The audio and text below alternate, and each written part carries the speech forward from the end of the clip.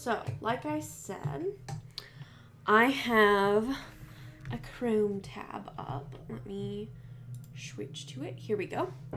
All right, I have this Chrome tab up. So, first and foremost, here is the trailer. I'm sure everyone's seen it at this point. We start right here. That is a new item. And she's wearing a new outfit. None of these plants, from what I can tell, are new. I think it is just the tree stump. The earrings are new. The dress is new. I think that's a new bracelet, and that has to be a new hair. And then obviously we have our little bunny friend. Oh, that might be in debug, actually. That actually might be in debug, and that is new. That little tree stump with the hole in it, I kind of think that might be where rabbits spawn from, because I think this one might be where birds come from. Now, whether they're world objects or like placeable ones, I'm not sure. So we've got a ton of new roof trims. That's base game. Those windows are new. The thing that was getting me was this. It's like a hot spring. Let me see if I can not have a bunny in it. Well, we've got a bunny tail, but that's fine. It's almost like the hot spring that came with Snowy Escape.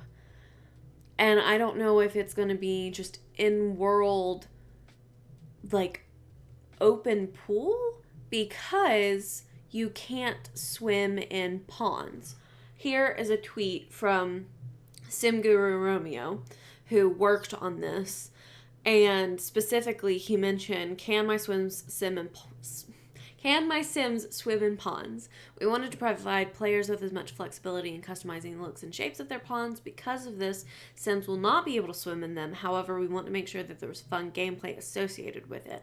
You can find Sims splashing in ponds' edges, catching fish if you have stocked the pond, as well as decorating your pond with brand new objects in VFX. So that's why I think this might be an in-world thing and not the new pond tool coming. What sticks out to me in this area was the wishing well at the very center. That reminds me of the wishing well that we got. Yeah, I think that the well may end up in debug, and it might function kind of similar to the wishing well that we got in Romantic Garden stuff, where you can make wishes and it's kind of like benevolent Sims god, and occasionally it will just curse you. And the flower stalls kind of remind me of like food stalls and other functioning ones from like City Living and stuff. But that might be new tats on his arm. I'm not sure how many base game we got, but at least from this vantage point, I feel like it kind of looks like animals or kind of like folk tale drawings, but I'm not 100%. You might be right. That one's not new, but that arm looks different. So here's a better look at the world. I really like the set dressing of it. We get kind of a back view of that area down there where you can swim. And obviously we have our little cows in the back. And that building off to the side makes me think that maybe there's just in-world buildings that you can interact with. I don't know if I'm being too hopeful with that.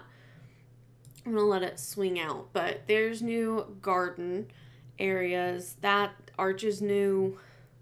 Those are new. All of that's new. The brick is new. And then the actual llama item and cow item. And then chickens. And then the ponds slowly being built is kind of also something that I want to talk about. So you can see them popping in slowly, but these lily pads, I think that's what makes the ducks and the swans pop in. Specifically in this tweet, Romeo said, as well as decorate your pond with brand new objects into VFX.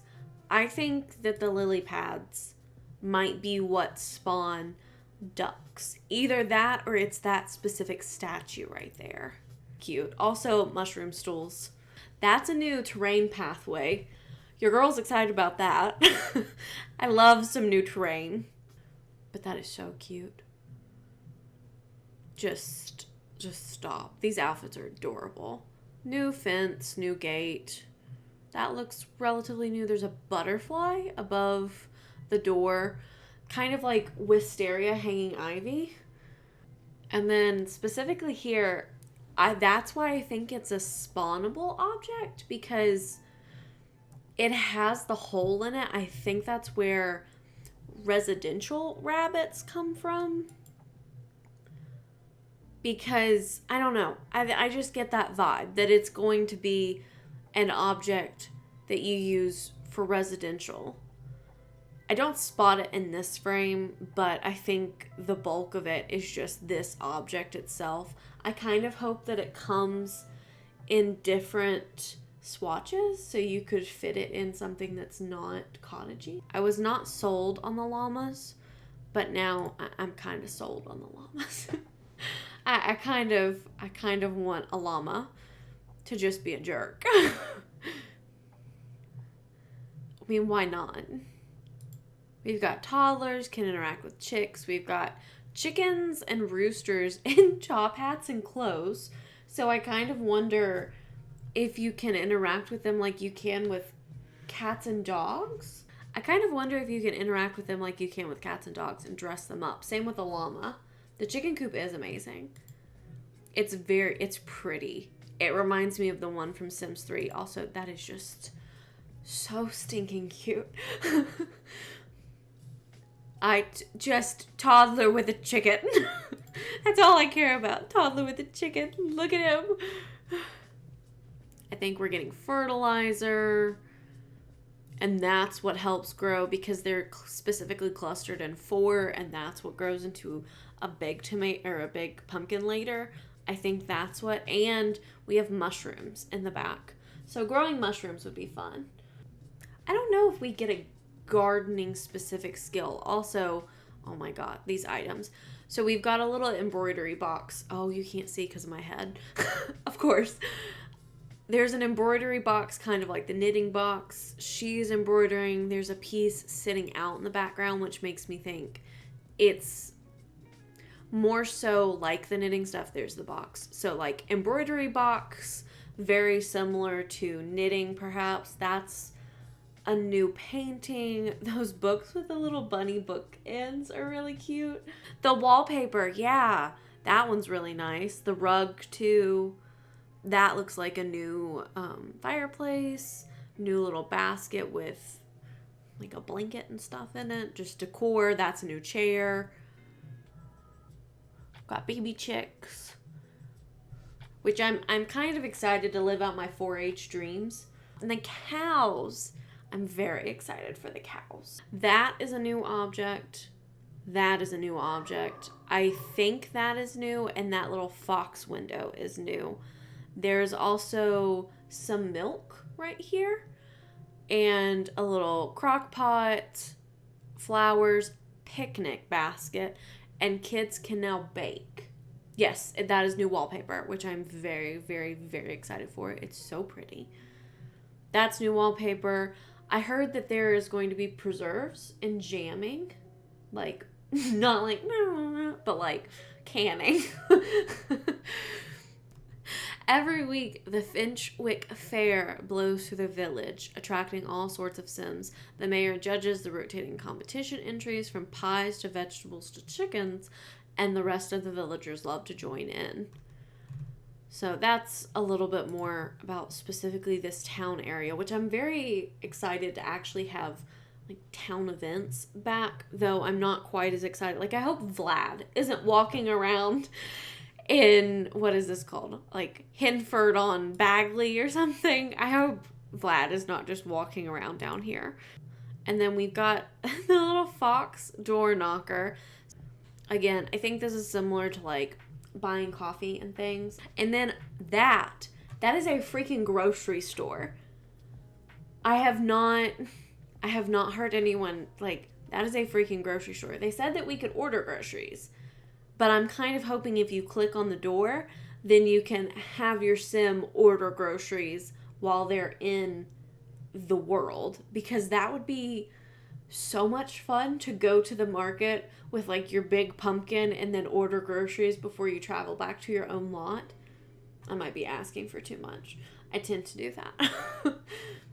I'm not 100%, but I'm not sure you'll load into this lot. I think it'll function like The Sims 4 City Living, where you load into the lot closest to where the festival is happening, which I don't really mind. I'm good with whatever. We got them judging. That right there is by Hey Harry. Oh, I had that tweet up, but that is her house that she built. She is one of the CC creators that I use. So she built this, which means we at least have one lot inside the main town center. And then this tweet was the one that I had up to show you all. There are 12 lots in Hinford on Bagley. So there's 3 neighborhoods, each with a cluster of 4 lots. And I'm very, very excited. I'm hoping that the lots are relatively large, but I don't know. This pack kind of gives me Windenburg vibes, which isn't a bad thing, but I'm kind of hoping that we'll get slightly new lot sizes and things. Then we zoom out, we get the full world view, which is chef's kiss. We have a house up here.